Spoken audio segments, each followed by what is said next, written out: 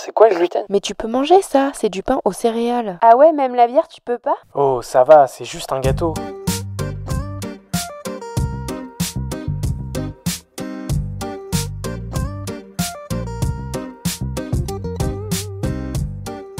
Bienvenue dans le Gloomy Club. Le Gloomy Club est un podcast et bien plus encore dédié au sans gluten, pour les intolérants et hypersensibles au gluten, mais également pour toutes les personnes curieuses qui souhaitent en savoir plus sur cette alimentation. Dans ce club, tu trouveras des échanges, des partages d'expériences et des patients qui ont entrepris sur le marché du sans gluten. J'espère te faire découvrir des marques, des personnes, des parcours qui te permettront de te sentir moins seul ou d'en apprendre plus sur ce domaine. Je suis heureuse de vous retrouver pour une 3e saison du Gloomy Club. Pour cette 3e saison, je vous emmène découvrir de nouveaux parcours de vie totalement différents et des personnes qui ont décidé d'entreprendre sur le marché du sans gluten. D'ailleurs, aujourd'hui, je vous propose de découvrir Alban Dubois, une athlète de haut niveau que j'ai connue grâce à Marie-Alix du compte Instagram Recettes sans gluten. Alban pratique la voile à un niveau sportif puisqu'elle a obtenu une médaille de bronze lors de l'étape de Coupe du Monde de voile en 2017 et qu'elle s'est classée 9e aux Jeux Olympiques de Tokyo en 2020. Alban est diagnostiquée de la maladie cœliaque en 2011 après avoir déclaré plusieurs symptômes, dont des symptômes cutanés, à savoir des boutons sur l'ensemble de ses articulations. Il s'agit de la dermatite herpétiforme. La dermatite herpétiforme est une maladie auto-immune conduisant à la formation de cloques rouges avec de fortes démangeaisons et des gonflements comme dans l'urticaire chez les personnes atteintes de la maladie cœliaque. Kinésithérapeute de formation, elle décide de se lancer dans le sport de haut niveau à 22 ans en 2014 malgré son diagnostic. Dans cet épisode, Alban nous raconte son diagnostic et comment la maladie peut impacter ou non le sport de haut niveau, quelle alimentation avoir lors des périodes de régate et le suivi nécessaire pour cette compétitrice. Je vous laisse découvrir notre discussion et vous souhaite une excellente écoute. Bonjour Alban. Bonjour. Merci infiniment pour le temps que tu nous accordes malgré ton emploi du temps bien rempli. Pour te présenter rapidement, tu as 31 ans, tu pratiques la voile à un niveau athlétique et tu as obtenu une médaille de bronze lors de l'étape de Coupe du Monde de voile en 2017 et tu t'es classée 9e aux Jeux Olympiques de Tokyo en 2020. C'est bien ça? Tout à fait. Aujourd'hui, tu es derrière le micro du Gloomy Club parce que tu es atteinte de la maladie cœliaque dermatite herpétiforme, si je me trompe pas. Exactement. Je vois que tu es bien renseignée. C'est ça. Et en fait, je t'ai connue parce qu'il y a quelques semaines, il y a une ancienne personne qui est passée dans le podcast, Marie-Alix, qui m'a envoyé ton profil Insta.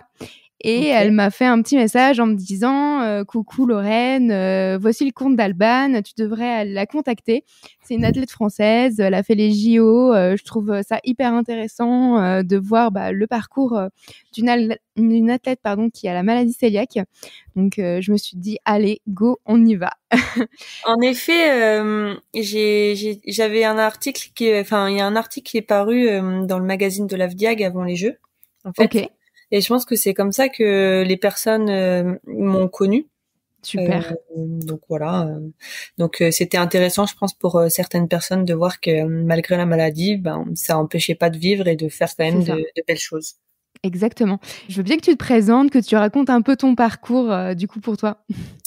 Alors, moi, c'est Alban. J'ai, comme tu as dit, 31 ans. Et en fait, je suis athlète de haut niveau, mais depuis pas si longtemps que ça, parce que j'ai commencé le sport de haut niveau à 22 ans, comparé à d'autres personnes qui commencent vraiment plus tôt. Donc moi, quand je suis arrivée dans le sport de haut niveau, j'étais déjà malade cœliaque. Donc j'ai été diagnostiquée, si je me trompe pas, en 2011, je crois, de mémoire. Et je suis arrivée dans le sport de haut niveau en 2014. Donc au final, j'avais eu le temps de m'habituer au régime avant de découvrir un nouveau monde. Voilà. Après, tu vas sûrement me poser des questions par rapport à la maladie, etc. Mais nous, c'est familial quand même. Donc c'est héréditaire. C'est quand même plus facile. Quand on a déjà l'habitude de vivre sans gluten alors qu'on n'est pas forcément intolérante et le jour où il y a le diagnostic, on sait comment s'adapter. Donc c'est quand même beaucoup plus simple, je pense. C'est ça. Ça a débuté par des symptômes et tu as été consultée. Comment ça a commencé ? Bah en fait, moi j'étais en études de kiné, donc parce qu'à la base j'ai une formation de kinésithérapeute. J'ai fait des études en Belgique. Ok. Et en fait c'est à la fin de ma première année de kiné où en fait j'ai commencé à avoir des symptômes, donc sous forme cutanée. Donc j'avais des boutons au niveau des articulations, donc les coudes, au niveau des genoux, au niveau des fesses, je crois, enfin un peu partout au niveau des Ouais. articulations. Et en fait, ça ressemblait un peu à de l'eczéma ou de psoriasis. Et donc j'ai consulté et tous les médecins m'ont dit oh c'est pas grave, c'est du psoriasis ou c'est de l'eczéma. Sauf que j'ai la chance d'avoir une maman qui connaissait le régime sans gluten puisqu'elle est aussi atteinte, mais elle est aussi bénévole au sein de l'AFDIAG, l'association des intolérants au gluten, donc elle est quand même bien calée sur tout ça, puisque c'est elle qui s'occupe de l'AFDIAG dans le Nord. Elle est déléguée de l'ASSO dans le Nord, donc elle est vraiment ultra calée sur tout ce qui est la maladie. Donc elle a pu vraiment essayer d'insister auprès des médecins pour pouvoir faire le bilan, en fait, le diagnostic. Ouais. Même si personne la croyait parce que ça touche très peu de personnes. On a finalement trouvé un médecin du sport qui a bien voulu faire le dosage et c'est là où on s'est aperçu que le bilan vitaminique qui était catastrophique, en effet j'avais les anticorps super élevés. Après avoir fait la fibro, j'étais bien abîmée au niveau des vélocités. Ouais. Du coup j'étais à un stade 4/5 et j'ai fait des fractures de fatigue. En fait, je sais même pas comment je tenais encore debout à ce moment-là.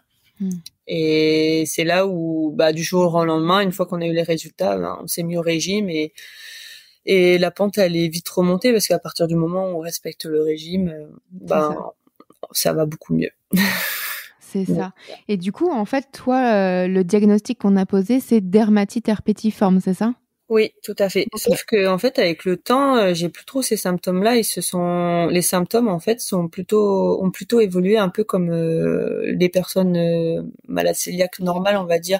Donc quand je croise du gluten, c'est pareil, des maux de ventre, des vomissements ou de la diarrhée ou autre quoi. Donc, je sais pas si c'est normal, j'en sais rien, mais bon, moi, j'ai bien déterminé les symptômes et maintenant, je sais quand je croise ou pas du gluten. Tu me disais que ta maman, elle est également atteinte de la maladie. Donc, en fait, toi, tu as grandi quand même en ayant des connaissances justement sur la maladie cœliaque, sur le sans gluten, ce qu'il faut manger, ce qu'il faut pas manger. Ouais, tout à fait. Moi, j'ai du coup ma mère qui a été diagnostiquée. Après, une fois qu'elle a été diagnostiquée, tous les enfants, donc on était 3 à l'époque, on fait les tests et en fait à ce moment-là, il y a aussi ma petite sœur qui a été diagnostiquée. Ok. Et moi, j'étais négative. Et en fait, une fois que j'ai fait mes symptômes, en fait, on a retesté mon autre petite sœur. En fait, j'ai 10 ans d'écart avec elle. Mon autre petite sœur qui, elle avait toujours des maux de ventre et quand elle était petite, elle voulait tout le temps manger comme mon autre sœur. Donc, ma mère se posait des questions. Et en fait, quand j'étais diagnostiquée, peu de temps après, mon autre sœur était aussi diagnostiquée. Donc, au final, on est 4 sur 6 dans la famille. En effet, ouais. Donc, c'est quand même plus simple pour manger, pour éviter les contaminations croisées, etc. C'est quand même beaucoup plus simple pour la qualité de vie. Oui, tout à fait. Bon, après, moi, je vis pas chez mes parents. Hein, donc... Ouais, au départ, c'est sûr. Quand on est plus jeune, c'est quand même plus simple. Et après, quand on prend son indépendance, on se rend compte que c'est pas si simple, justement, de tout réadapter chez soi. Après, quand il y a que nous à gérer, donc ça va. Ce qui est le plus compliqué, c'est quand il y a d'autres personnes qui sont pas au régime, qu'il faut gérer et qui font pas forcément gaffe. Ça, c'est ce qui est plus difficile pour moi, je pense. Ouais. Et justement, donc toi, quand tu as eu ton diagnostic, est-ce qu'il y a eu un impact justement sur ta vie sociale ou au travail, enfin pendant tes études ou pas du tout ? Pas tant que ça parce qu'en fait, moi à l'école, il y avait pas de self, donc dans tous les cas, il fallait ramener son repas du midi, donc ça changeait pas. Je vivais seule, j'étais pas en coloc, donc au final c'était juste réadapté. Puis comme j'avais la chance entre guillemets de connaître le régime par ma mère et ma sœur, Bah voilà, en fait, je me souviens, ma mère, elle est venue à Bruxelles pour m'annoncer les résultats. Elle est arrivée chez moi, elle a vidé tous les placards, elle m'a tout changé et voilà, c'est parti de là.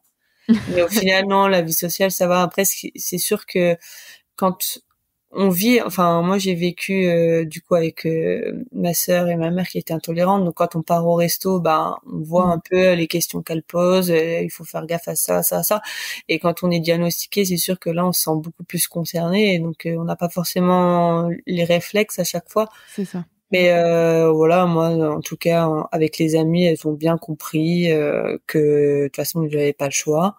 Et puis elles venaient à la maison, donc c'est plutôt moi qui faisais à manger. Donc ça c'était cool aussi. Et voilà, non, ça va. Franchement j'ai eu la chance de pas trop souffrir à ce niveau-là et ça a pas beaucoup modifié ma vie sociale.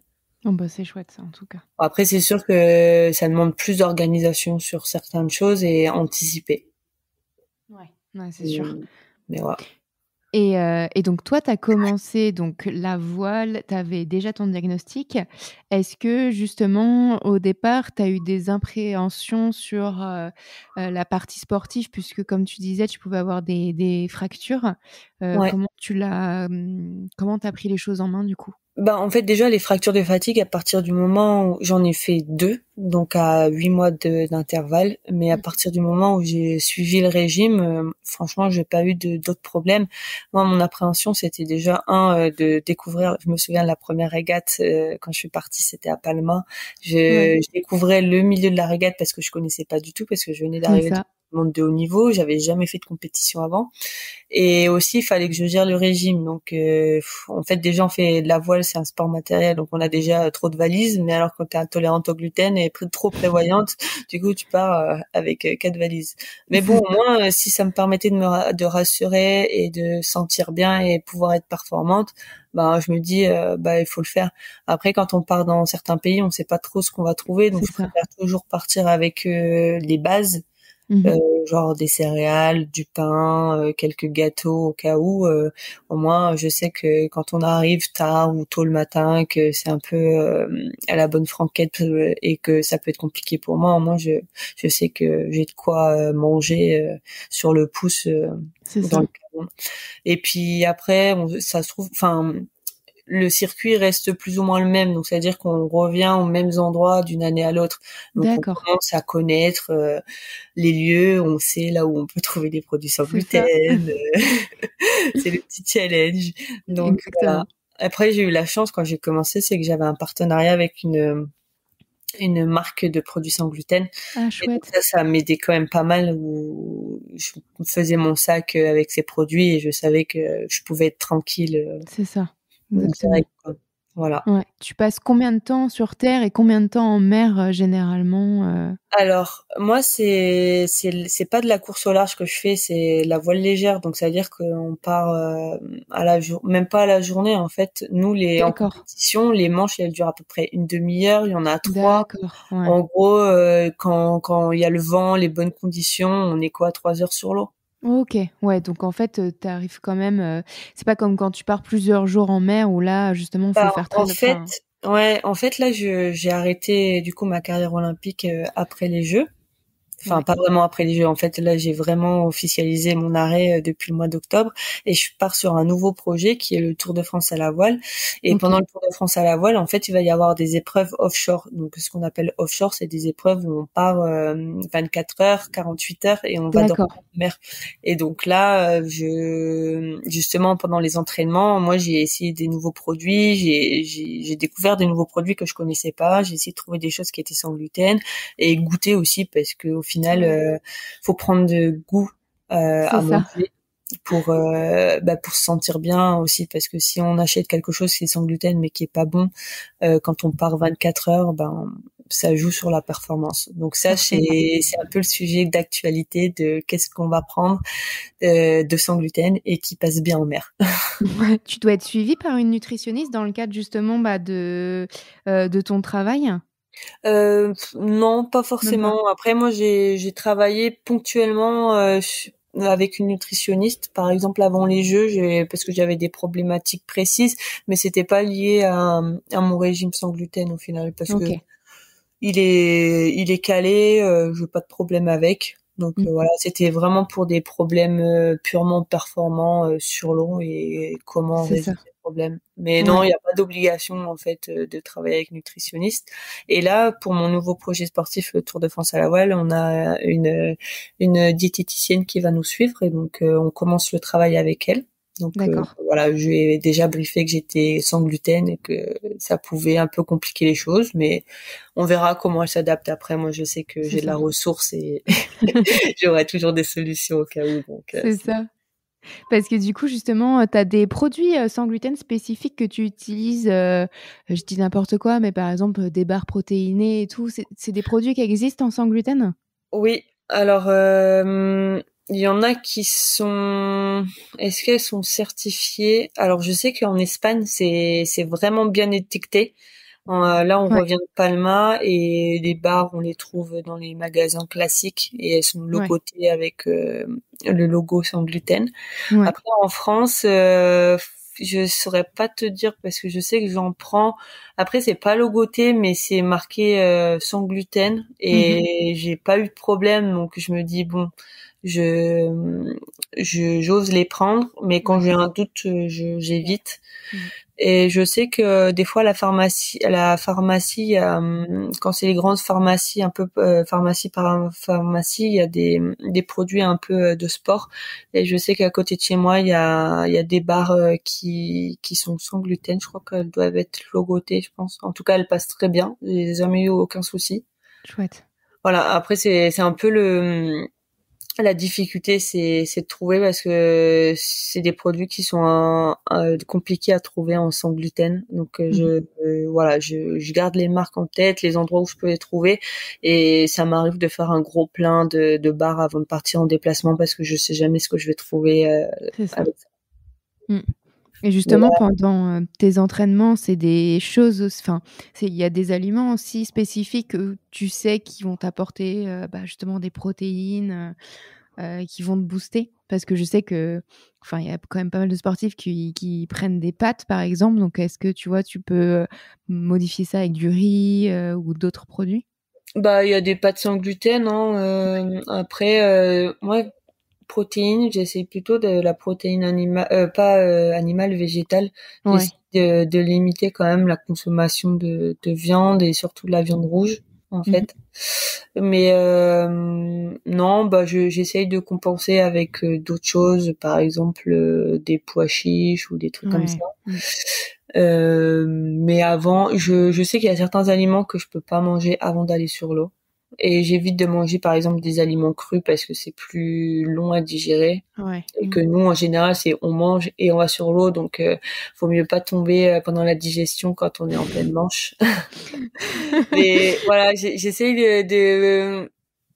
je sais ce qui me va, ce qui me va pas, mais c'est Ouais. surtout que j'essaye de caler les repas à certaines heures par rapport au départ. En fait, Mmh. j'essaye de me faire un rétro-planning et si on commence tard dans la journée, ben c'est de me dire je prends un petit déjeuner en me levant quand même à un horaire genre à 8 heures ou peut-être 7h30. Je prends quand même un petit déjeuner pour pouvoir manger à 11h30 midi et que Ouais. quand on enchaîne la manche à 13h30, 14h, ben j'ai déjà commencé à digérer quoi.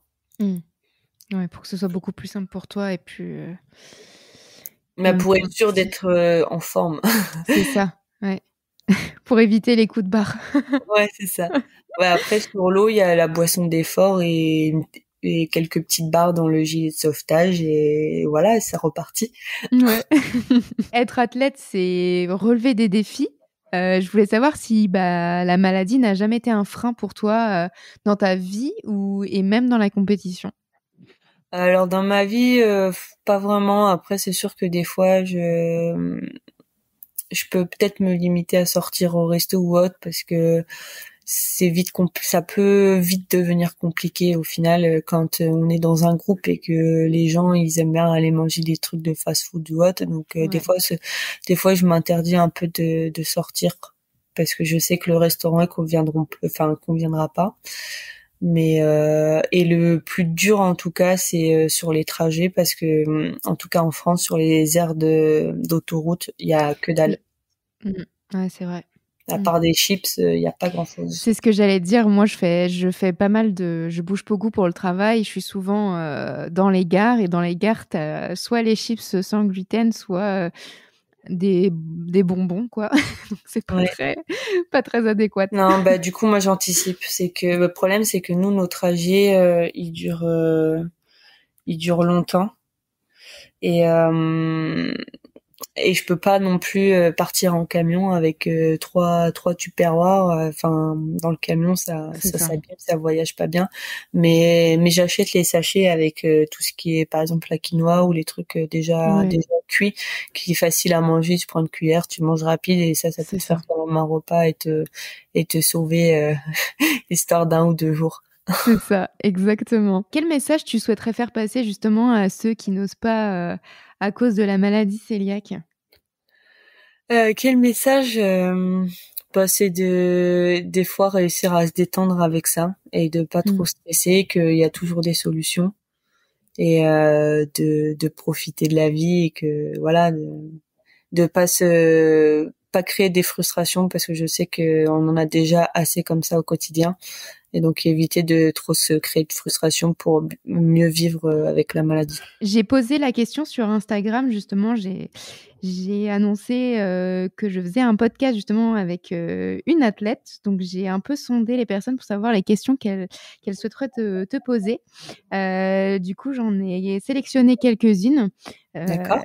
Donc j'en avais une de Lorraine qui disait comment gérer la fatigue, justement. Mais la fatigue due au sport intensif c'est ça. ou à la fatigue parce que j'ai rencontré du gluten. À la fatigue justement dans le cadre du sport. Bah en fait moi personnellement, après chacun est différent, mais j'ai un rythme de vie qui est complètement différent en régate que chez moi en pause. Et en régate, j'ai un rythme de vie vraiment bien calé à des horaires où je vais me coucher, j'évite les écrans, etc. pour vraiment optimiser la récup. Et quand je sais que quand on rentre de l'entraînement ou de la régate, le soir, c'est récup à fond pour justement être en pleine forme le lendemain. Donc ça veut dire faire un peu de vélo pour refaire circuler un peu. Boire pas mal pour réhydrater avec la boisson d'effort pour mieux récupérer, manger aussi parce que dès qu'on rentre à terre il faut manger, même si on n'a pas forcément faim, il faut manger parce que la récup elle passe par là. C'est ça. C'est faire les étirements pour éviter les courbatures, prendre du temps pour soi pour relâcher un peu la pression mentale et se coucher pas trop tard et éviter d'avoir trop les écrans tard, des choses qu'on a plus tendance. Donc moi je pense qu'on a tous du mal à faire ça. Ouais, à 21h30 d'arrêter les écrans et de prendre plutôt un bouquin pour commencer un peu à préparer le cerveau à l'endormissement. C'est ça. J'ai une question de Morgane qui dit est-ce difficile pendant les compétitions de manger sans gluten et d'adapter tes besoins? Alors oui, non, ça dépend. Si je suis en appartement, maison, là ça va parce que je peux faire la cuisine comme je veux, donc j'arrive à réguler. Après, ce qui est compliqué quand je suis en appartement, c'est de gérer un peu les autres qui mangent normalement, donc gérer tout ce qui est contamination. Et par contre, c'est beaucoup plus compliqué à partir du moment où je suis à l'hôtel et que je dois manger tous les jours au resto ou au resto de l'hôtel, parce que le resto c'est toujours je trouve ça super contraignant parce qu'il faut être là en mode bon, qu'est-ce que je peux manger, qu'est-ce que je peux pas manger. En général, quand c'est toujours le même resto, on se retrouve à manger plusieurs fois le même plat. Exactement. Et en plus on maîtrise pas totalement ce qui se passe derrière et il y a toujours une incertitude quoi. Et en régate, moi j'ai déjà fait une régate où on logeait à l'hôtel avec le resto à l'hôtel et c'est sûr c'était full contamination donc sauf que ça, à beau faire gaffe, faire attention, etc. Tu maîtrises pas non plus les autres. Moi, en général, la première chose que je fais, c'est d'aller voir le cuistot quand j'arrive à l'hôtel, dans un endroit où je peux pas cuisiner, et c'est de lui dire, bah voilà, ça. j'ai le droit, ça j'ai pas le droit, il faut faire gaffe à ça et puis voilà, hein, après je peux pas être non plus derrière le dos de tout le monde. C'est Donc, ça, exactement. donc j'évite de me trouver dans des situations où je peux pas maîtriser à 100%. Ok. Je vais choisir 2 autres questions. On a Mathilde qui demande qu'est-ce que tu aurais envie de manger juste après l'effort, mais qui t'est interdit? Bien sûr, c'est une bonne question. Parce qu'en fait, ça dépend. Parce que des fois, j'ai envie de manger du sucré, des fois, j'ai envie de manger du salé. En fait, ça dépend de l'effort que j'aurais fait et de ce que j'ai mangé sur l'eau. Parce que, par exemple, à Palma, il y a 10 jours, je mangeais que du salé, genre des sortes de Snickers, les trucs qui ressemblent à des tucs. Ah oui, je vois. Oui, oui. Et en fait, c'est facile à manger et c'est salé. Et en fait, mon corps réclamait du salé, donc j'ai mangé ça. Et puis la nutritionniste, elle nous avait dit que sur l'eau, ça pouvait être bien aussi pour avoir l'apport en sel, en fait, parce que Ouais. comme on transpire, on perd quand même pas mal de minéraux. Ouais. Donc voilà. Particulièrement, je sais pas. En fait, ça dépend des envies. Mm. Mais en tout cas, pendant ma période, enfin ma préparation olympique, j'avais la chance, c'est que mon mari, il venait régulièrement sur les régates et il venait nous attendre à l'arrivée. Et il avait toujours un petit goûter, donc C'est trop chouette, ça fait plaisir. dire tout à fait. Je vais prendre la dernière question. On a Cassie qui demande est-ce que tu fais des bilans réguliers pour évaluer tes carences? Oui. Après, je les ai fait parce que j'ai été vraiment suivie par un médecin nutritionniste. Et donc Ouais. là, on avait vraiment essayé de commencer un travail de fond, etc. Et il me faisait des gros bilans. Et après, les carences, je sais que le médecin du sport qui me suit, déjà, on a 2 bilans à faire en tant que sportif. Un bilan, le SMR s'appelle surveillance médicale. Et là, il y a un bilan sanguin à faire, mais il n'est pas ultra complet. Et je sais qu'avec le médecin du sport, comme il sait que en plus de l'intolérance au gluten, ben souvent il y a des problèmes, enfin de la thyroïde, et donc du coup Ouais. il y avait un suivi aussi par rapport à ça. Ok. Et là, c'est vrai que j'ai un peu, vu que j'ai arrêté ma préparation olympique, j'ai un peu, voilà, laissé aller, on va dire. Parce Mais qu'on comme est tu là, disais, tout il en il faut maîtriser. savoir. Ouais, C'est ça. on maîtrise tous les détails, et donc du coup, dès qu'on est à la maison, on est très peu souvent à la maison. Dès qu'on est à la maison, ben on va chez kiné, on va faire le check-up chez le médecin. C'est Il y a ça. une petite blessure, donc du coup, c'est la récup. On essaye de. Et là, ouais, voilà, j'avoue, j'ai un peu laissé aller depuis quelques mois. On ne t'en veut pas, Alban. Donc là, on arrive dans la dernière partie du podcast, qui est la gloomy party. Donc j'ai 3 petites questions à te poser. Je Ouais. voulais connaître ton plat préféré sans gluten. Alors ça, c'est une excellente question parce que euh, j'en ai plusieurs, mais après, je pense que celui du moment, parce que forcément, les goûts évoluent. Mais j'aime beaucoup le petit plat que mon petit mari me fait à la maison. C'est les pommes de terre, les patates douces au four, avec Ouais. un mélange de feta, épinards, avocat par-dessus. Et du Mmh. coup, c'est un mélange chaud et froid. Ah bah, ça a l'air Mais du très coup, bon, ça. c'est plus la saison. Bon, pour la prochaine saison, on se retient cette recette. Ouais, mais c'est important de faire des plats variés le soir quand on peut manger Ouais. chaud. Parce qu'en fait, si nous, comme on mange jamais à la maison, du coup, tu fais toujours un tupperware avec ton repas, et souvent c'est de la salade, enfin c'est des salades ou autre.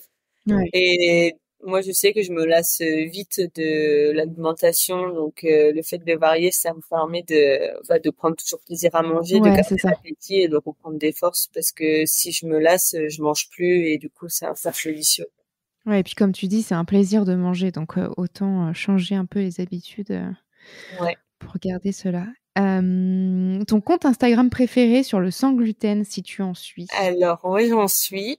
Et celui que je préfère, en fait, c'est le compte Insta d'une pâtisserie à Marseille. C'est vrai?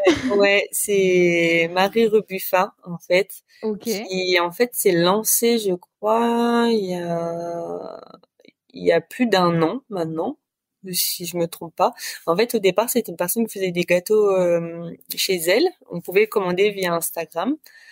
Et ma sœur avait commandé un gâteau pour mon anniversaire quand elle était venue me voir à Marseille. Et c'est comme ça que j'ai découvert. Alors c'était des gros gâteaux avec beaucoup de crème et tout ça au départ, et c'était pas forcément ce que je préférais. Mais elle a ouvert sa pâtisserie et il y a des bonnes petites pâtisseries Ah et oui. elle fait toujours plein de trucs sur Insta, ça donne envie. Donc c'est Ouais, la c'est petite ça. récompense quand je rentre à Marseille et que et que ça fait C'est ça. longtemps que j'ai pas mangé un petit truc sympa. C'est maintenant que tu le dis, là, je suis sur Instagram en train de regarder et c'est le compte Insta que j'ai découvert tout juste hier soir parce qu'il y avait des gâteaux avec des fleurs dessus et je trouvais ça magnifique. Bah, ils font les bûches de Noël, les gâteaux pour les anniversaires, et en Nickel. fait, il y a donc les petits entremets, un peu, si on peut Ouais. appeler ça comme ça. Après, ils font souvent des cookies ou des chouchous, ou les financiers avec le cœur Mm. blanc au caramel ou à la coco, enfin des trucs comme ça. Et Ouais. ils sont super sympas. Donc Marie qui est en cuisine et Trop chouette. ah mince, j'ai un trou de mémoire pour son mari. Mince. On le citera dans la story, dans la légende. Oui, mais en plus, il est trop sympa parce que du coup, à chaque fois que je vais le voir ou que mon mari va acheter des choses à la boutique, il me pose des questions Ah, c'est sur le trop gentil. projet sportif et tout ça. Donc, non, il est cool, mais mince, j'ai oublié son prénom. On lui fera une petite dédicace dans la légende. Ok. Et ton restaurant préféré sans gluten? Alors, il y en avait un à Lille qui était super bien, mais qui a fermé, peut-être temporairement, le temps qu'elle retrouve un local, mais c'était Sauge. Ok, ah, je connais pas du tout, mais Alors en fait, ils étaient basés au tout début en face de la préfecture de Lille. Après, en fait, ils ont changé de local. Mm. Et là, je crois que ils sont un peu en pause en attendant de chercher un nouveau local, si je dis pas de bêtises. d'accord. Et Bon, en j'irai fait, voir. ouais. En fait, c'est elle qui avait fourni. Donc, c'est deux personnes qui gèrent le resto, et elles ont fourni nos gâteaux pour notre mariage civil. Oh, trop chouette. Ah, bah, j'irai voir ça alors. Sinon, à Marseille, je sais c'est pas vraiment un resto. Enfin, je sais pas si on peut dire ça comme un resto. C'est un peu salon de thé, etc. Mais on peut manger sur place. Donc, c'est des petits sortes de sandwichs ou des trucs comme ça, des petits plats faciles à manger qui sont sans gluten et sans lactose. Et c'est la pépite. C'est Ok. que ils font aussi des pâtisseries un peu comme Marie Rebuffat, mais Marie Rebuffat, ils font que des pâtisseries du coup. Ah bah, je vais me noter ça et comme ça, dès que je vais à Marseille, je teste tout ça. Eh ben, écoute, merci beaucoup Alban pour le temps que tu nous as accordé et puis pour toutes tes réponses. Et puis, bah, on mettra un lien vers ton compte Instagram. Ok, bah merci beaucoup en tout cas de m'avoir interviewé. J'espère que ça va aider pas mal de personnes à prendre confiance en elles et de moins se prendre la tête avec le régime sans gluten parce qu'il y a quand même de plus en plus de choses qui sont faites et ça va dans le bon sens. Merci d'avoir écouté cet épisode. J'espère que vous avez passé un bon moment. Vous pouvez retrouver tous les liens sur le site gloomy-club.fr. Si vous avez des idées de sujets, n'hésitez pas à me suivre et à m'écrire sur Instagram. Abonnez-vous au Gloomy Club sur votre plateforme de podcast préférée. Afin de soutenir le podcast, laissez une note et un avis sur Apple Podcast. Cela permet de faire connaître le Gloomy Club. Je vous dis à la semaine prochaine pour un nouvel épisode. Bye! I'm on top of the food chain, watching you